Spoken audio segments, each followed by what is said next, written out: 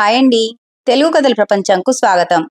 ఇవాళ పెమ్మరాజు విజయ రామచంద్ర గారు రచించిన త్యాగా జగతి పూజ్యంతే అనే కథను వినేద్దామండి. వెలగని వీధి దీపాల నడుమ నల్లటి పాయలా పాకుతున్న చిక్కటి చీకటిని చీల్చుకుంటూ బైక్ మీద ఇంటికి వచ్చాను. హాల్లో నుంచి వినిపించే ఈటీవీ వార్తలతో సమయం 9 అయినట్లు అర్థమైంది. టీవీ ఆగకుండా మోగుతోంది. Remote teapoy మీదుంది. త్యాగా అక్కడ లేదు. ఒంటింట్లోంచి గరిటెల చప్పుడు గట్టిగా వినిపిస్తోంది. షూస్ విప్పి లోపలికి వెళ్లి చూశాను. ఓ పెద్దావిడ మూకుడులో గబగబా గరిటె తిప్పేస్తోంది. పరిచయం లేని ముఖాన్ని చూసి అవాక్కయ్యాను. వెనకడుగు వేశాను. ఆవిడ నా వైపు తిరిగింది. మీరు? ఆశ్చర్యంలో ప్రశ్నని కలిపి అడిగాను. నా పేరు కాంతమ్మ. వారం క్రితమే పక్కవాటాలోకి అద్దెకొచ్చాం. వారానికే ఒంటింటి దాకా వచ్చిందేమిటి అన్నట్టు పెట్టిన నా మొహం చూస్తే అర్థమైందనుకుంటా. పైవాట లక్ష్మీ కోడలికి నొప్పులు వస్తున్నాయని త్యాగ వెళ్ళింది. గ్యాస్ ఆఫ్ చేస్తూ చెప్పింది. మంత్రసాని పనికా? విసుగ్గా అడిగాను. నీకోసం వంట చేసి పెట్టమంటేను. ఇదిగో ఇప్పుడే 2 నిమిషాల్లో టేబుల్ మీద సర్దేస్తా. కుక్కర్ మూత తీసి గబగబా గిన్నెలు టేబుల్ మీద సర్దేసింది. అసలు త్యాగ ఆలోచనేమిటో అర్థం కాలేదు. వారం క్రితం పరిచయమైన వాళ్ళకి వంటిల్లు అప్పగించిందంటే మరో వారానికి బీరువా తాళాలు ఇస్తుందా? కడుపున బిడ్డ పుడితే ఇవన్నీ తగ్గుతాయనుకుంటే మరో 2 సంవత్సరాల పాటు పిల్లల్ని కనటం వాయిదా వేసింది. పెళ్లికి ముందు అమ్మాయి మేల్మి బంగారం అన్నారు. మంచి పిల్ల అని కితాబు ఇచ్చారు. బంగారం అంటే ఇదా? మంచితనం అంటే ఇలాగుంటుందా? తనకు మాలిన ధర్మంలో తరించడమే మంచా? 3 ఏళ్ల కాపురం రీల్ వెనక్కి తిప్పితే జనం సేవ అంటూ తిరగటం తప్ప మరేం కనిపించటం లేదు. మధురమైన రాత్రిని గుర్తు తెచ్చుకుందాం అనుకుంటే అర్ధరాత్రి వచ్చే ఫోన్లకు పరిగెత్తిన పీడకలలే మనసులోకి వస్తున్నాయి. మామయ్య గారు, మీ వంశానికి మదర్ తెరీసా మూలాలు ఉన్నాయా? త్యాగ వాళ్ళ నాన్నగారిని కలిసినప్పుడు అడిగాను. మొదట ఆయనకు అర్థం కాలేదు. కాస్త వివరించగానే గట్టిగా నవ్వి, చూడయ్యా, మా అమ్మాయి ఫోన్లో రీల్స్ చూస్తూ నిన్ను పట్టించుకోలేదనుకో, చెత్త రీల్స్ చూడటం తగ్గించమ్మా అని చెప్పొచ్చు.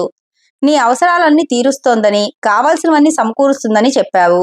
దాంతోపాటు ఇరుగు పొరుగుకి సేవ చేస్తోందని, మంచిదన్న పేరు సంపాదించిందని కూడా నువ్వే చెబుతున్నావు. మరి భగవద్గీత పట్టుకు తిరిగే పిల్లకి బాంబులు విసరమని చెప్పనా? చూడు బాబు, పెళ్ళాన్ని కావలసినట్లు మలుచుకోవటం గొప్ప కలయ్యా. నేర్చుకునేందుకు ప్రయత్నించు అంటూ సూక్తి ముక్తావలు చెప్పి బుర్ర తిన్నాడు. పోనీ నాన్నతో గోడు చెప్పుకుందామా అంటే అదే అదునుగా తీసుకుని నన్ను అమ్మని కలిపి మరీ తిట్లరేవు పెట్టేస్తాడు.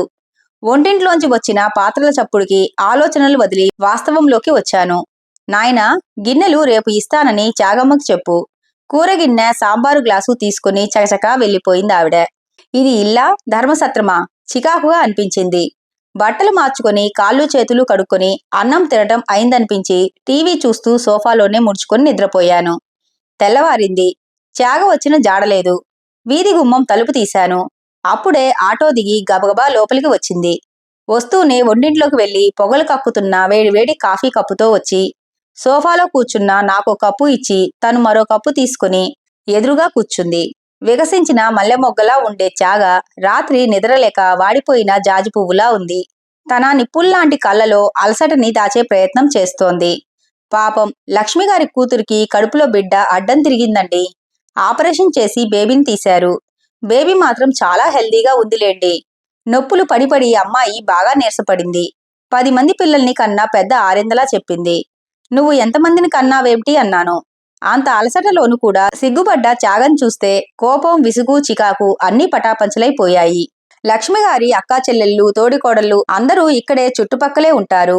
వాళ్ళ మధ్య పంతాలు పట్టింపులును. పిల్ల ప్రసవం అంటే ఒక్కరూ రాలేదు. అన్యాయం కదండి. నువ్వు నా పెద్ద కూతురివమ్మా అంటూ పట్టుకొని ఏడ్చేశారు. పాపం, జాలేసిందండి. ఆ మాట చెప్తూ ఉంటే త్యాగ కళ్ళు చెమర్చడం గమనించాను. అన్నట్లు మర్చిపోయాను. నిన్న రాత్రి కాంతమ్మగారి వంట బాగుందా? వంట చేసే టైం లేక పరిగెత్తాను. ఏం కూర కావాలో చెప్పండి. కూరల పాపము వచ్చే టైం అయింది. మీకిష్టమైన కూర చేస్తాను. ఆమె తీసుకునే శ్రద్ధకు మనసులోనే ఆనందపడ్డాను. అమ్మగోరు, కూరగాయల పాపమ్మ పిలుపు మా మధ్య సంభాషణను తుంచేసింది. కూరల బుట్ట దించుకుంటుంటే గంపతో పాటే నెత్తిమీద చుట్టలా పెట్టుకున్న పాత గుడ్డ కింద పడింది. దాన్ని దులిపి పక్కన పెట్టుకుంది. వస్తున్నా అంటూ ఒక ఉదుటన వచ్చింది త్యాగ. కూరగాయలన్నీ ఈ రోజుయేనమ్మా, తీసుకోండి. బీరకాయలు నవనవలాడుతున్నాయి. బెండకాయలు బాగున్నాయి చెబుతూ పై ముచ్చుక విరిచింది. మునక్కాడలు లేతగున్నాయమ్మా అంటూ మెలితిప్పి చూపించింది. అన్ని కూరలు తలో అరకిలో చొప్పున ఇవ్వు అన్నది త్యాగ. ఇద్దరికి అరకిలో ఎందుకు త్యాగ, పావు చాల్లే, ఆఫీస్కు రెడీ అవుతూ చెప్పాను. పక్కింటి కాంతమ్మ గారు ఒక్కావిడే ఉంటారు, కొంచెం కూర ఇద్దామని. అన్నట్లు పాపమ్మ, మర్చిపోయాను, నిన్న ఫ్రిడ్జ్లో ఆకుకూరలు పెట్టుకున్నావు, వాటిని అమ్ముకోవా అంటూ ఆమె ఇచ్చిన కూరలు తీసుకుని ఫ్రిడ్జ్లో ఆకుకూరలు డబ్బులు ఇచ్చి పంపించింది. ఫ్రిడ్జ్ కొన్నది నేను, దానికయ్యే కరెంటు బిల్ కట్టేది నేనే. అందులో ఉండేవి మాత్రం ఊళ్ళో వాళ్ళ ఆకుకూరలు. అవి అమ్ముకోవటం కోసమే విసుక్కున్నాను. ఆ మాత్రం సహాయం చెయ్యొచ్చులేండి, లక్షల్లో నష్టపోరుగా. ఈ వయసులో కుటుంబం కోసం ఎంత కష్టపడుతోందో చూడండి. ఒక పక్క 3 ఆడపిల్లలు, మరో పక్క తాగుబోతు మొగుడు. వెళ్తున్న పాపమ్మ వైపు జాలిగా చూస్తూ నిట్టూర్చింది. త్యాగ, అలమరలో డబ్బులు పెట్టాను, మార్గదర్శి ఏజెంట్ మహేష్ వస్తాడు, చీటీ డబ్బులు ఇచ్చేయి. చీటీ డబ్బులు మనకి ఇచ్చేటప్పుడు ఎంత ఖచ్చితంగా చెప్పినా టైంకి ఇస్తారో, నెల నెల డబ్బులు కట్టించుకునేటప్పుడు కూడా అంతే ఖచ్చితంగా ఉంటారు అని చెప్పి ఆఫీస్కి బయలుదేరాను. 4 రోజులు గడిచాయి. ఆఫీస్లో బిజీగా పని చేసుకుంటున్నాను. మొబైల్ మోగింది. మహేష్ నుంచి ఫోన్. సార్, చీటీ డబ్బులకి ఇంటికి వెళ్ళమన్నారు. 3 సార్లు వెళ్ళాను, ఎప్పుడూ ఇంటికి తాళమే అన్నాడు. మా మిస్సెస్ ఫోన్కి కాల్ చెయ్యండి, నంబర్ ఇచ్చానుగా అన్నాను. ఈ నంబర్కి కాల్ చేశాను సార్, ఇంటికి తాళంలాగే ఫోన్ కూడా లాక్, ఎవరూ లిఫ్ట్ చేయలేదు. మీరు ఆఫీస్కి రమ్మంటే వస్తాను, లేదా సాయంత్రం ఇంటికి వస్తాను అన్నాడు. సరే, ఇంటికి రా అని చెప్పి ఫోన్ కట్ చేశాను. అడిగించుకోవడం అవమానంగా అనిపించింది. త్యాగ మీద కోపం వచ్చింది. ఒళ్ళు మండింది. ఆఫీసు నుంచి ఆవేశంగా వచ్చాను. గుమ్మంలో పాత బట్టలు పోగులా వేసుకుని కూర్చుంది. ముఖానికి చేతుల మీద మసి, బొగ్గుగనిలో పనిచేసే కార్మికురాల్లా ఉంది. ఆ వేషం చూస్తే కోపం మరింత పెరిగింది. నీకు చాలా వివరంగా చెప్పాను, అయినా లెక్కలేదు, మాటంటే విలువలేదు, నేనంటే పట్టింపు లేదు అని గట్టిగా అరిచాడు. అది కాదండి, పక్కపేటలో అని ఏదో చెప్పబోయేలోగా ముఖానికి బొగ్గేమిటి, చూస్తేనే చికాకుగా ఉంది, అసహ్యంగా కనిపిస్తోంది అన్నాడు. నా అరుపులకు పక్కవాటాల్లో కాపురముండే జనం బయటకొచ్చి చూశారు. అవమాన భారం ఆమె కళ్ళలో స్పష్టంగా కనిపించింది. ఏదో చెప్పాలని ప్రయత్నం చేసింది. నేను వినలేదు. నీ వల్ల మాట పడ్డాను. ఊరు ఉద్ధరించడానికి వెళ్తే నాకు చెప్పొచ్చుగా. మార్గదర్శి మహేష్ని ఆఫీస్కే రమ్మనేవాణ్ణి. తాళం వేసుకుని తిరిగే అంత పని ఏముంది? కనీసం ఫోన్ కూడా తీయలేనన్ని రాజకార్యాలు ఏమున్నాయి నీకు అంటూ గట్టిగా విసుక్కున్నాను. నా మాట వినండి, అసలు ఏం జరిగిందంటే అని త్యాగ చెప్పబోయేలోపు, నాకేమీ చెప్పకు, ఖరాఖండిగా చెప్పాను. చెప్పకపోతే విషయం ఎలా తెలుస్తుంది? త్యాగ కాస్త గొంతు పెంచింది. నా నోరు మూతపడింది. చెప్పడం మొదలుపెట్టింది త్యాగ. ఏం జరిగిందంటే, మీరు ఆఫీస్కి వెళ్ళిన కొంచెం సేపటికి పక్కపేటలో పాకలు అంటుకున్నాయి. పెద్దగా అరుపులు, కేకలు, పెడబొబ్బలు, ఫైర్ ఇంజిన్ మోత. అక్కడి ఇల్లు తగలబడిపోతున్నాయని తెలిసింది. వెంటనే వెళ్ళాను. మన బట్టలు ఇస్త్రీ చేసే ముత్యాలమ్మ ఇల్లు పూర్తిగా తగలబడిపోయింది. ఇస్త్రీకి వచ్చిన బట్టలు కాలి బూడిదైపోయాయి.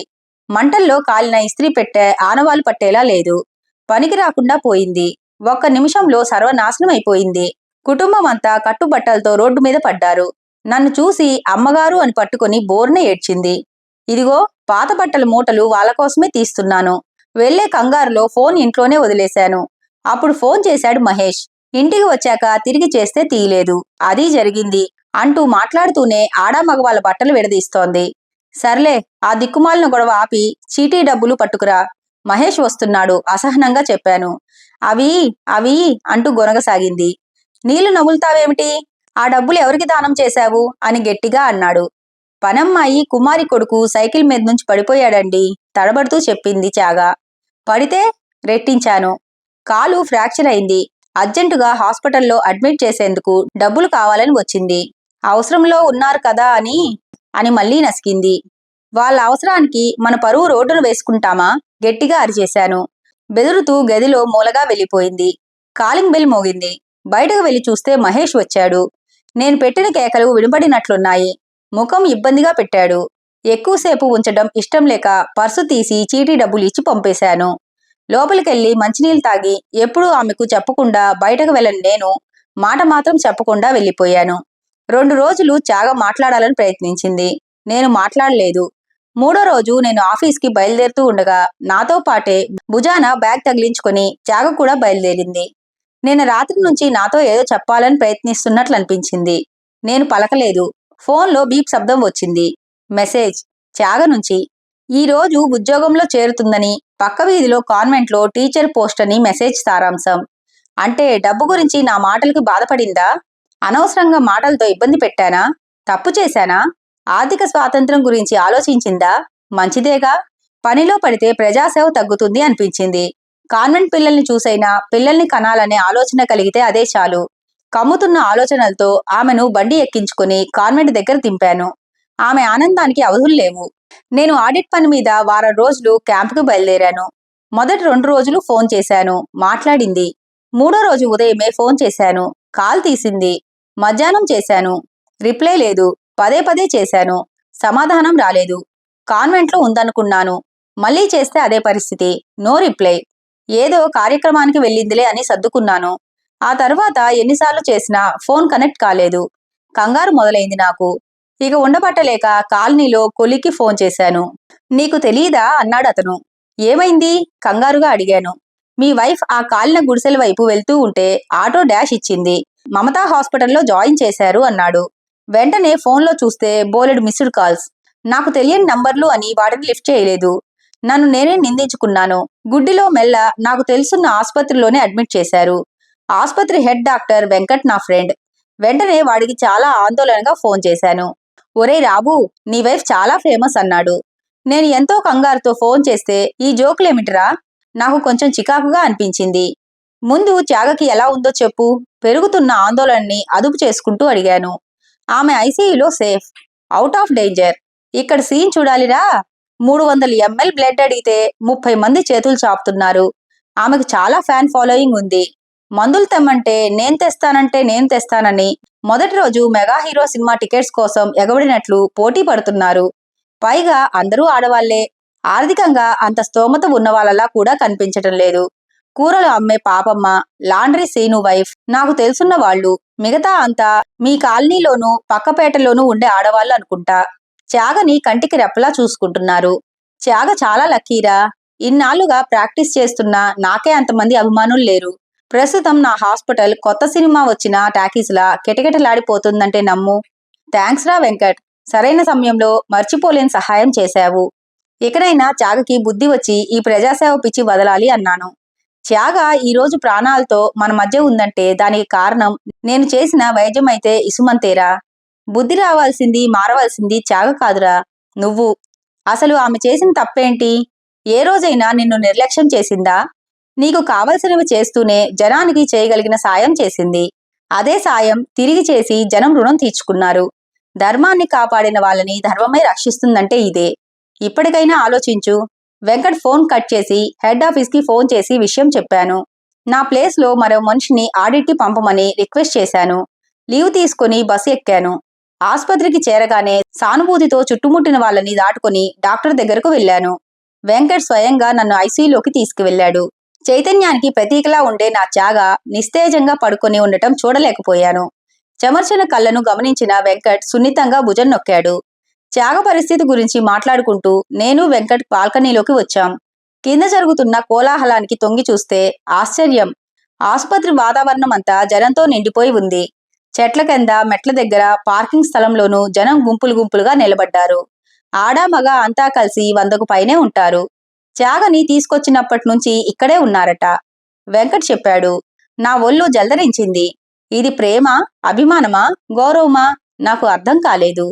ఎప్పుడో చదివిన మాటలు గుర్తుకొచ్చాయి. త్యాగ ఏకో గుణః శ్లాఘ్య కిమైన్యః గుణారాశిభిః త్యాగా జగతి పూజ్యంతే పశు పాషాణ పాదపాహ. ఇతర గుణాలన్నీ రాసిపోసిన త్యాగ గుణానికి సాటిరావు. ఈ లోకంలో పశువులు, శిలలు, చెట్లు త్యాగ గుణం వల్లనే పూజించబడుతున్నాయి. అలాంటిది ఈ జగతి ఇంతగా పూజించే త్యాగకి నేను సహకరించకపోతే ఎలా? జేబులోంచి మొబైల్ తీసి 100 మందికి భోజనాలు తేగలవా? క్యాటరింగ్ శంకరాన్ని అడిగాను. 2 గంటల్లో తెస్తాను సార్, ఓకేనా? అవతల నుంచి చెప్పాడు. ఓకే, తీసుకొని మమతా ఆసుపత్రి దగ్గరకు రా. నాలో మార్పుని వెంకట్ గమనించినట్లున్నాడు. మనస్ఫూర్తిగా నవ్వటం కనిపించింది. ఇంతటితో కథ కంచికి, మనం ఇంటికి. ఈ కథ కనుక మీకు నచ్చినట్లయితే లైక్ చేసి, షేర్ చేసి, కామెంట్ చేసి మన ఛానల్కి సపోర్ట్ చేసేయండి ఫ్రెండ్స్. ఇక ఉంటానండి. By by.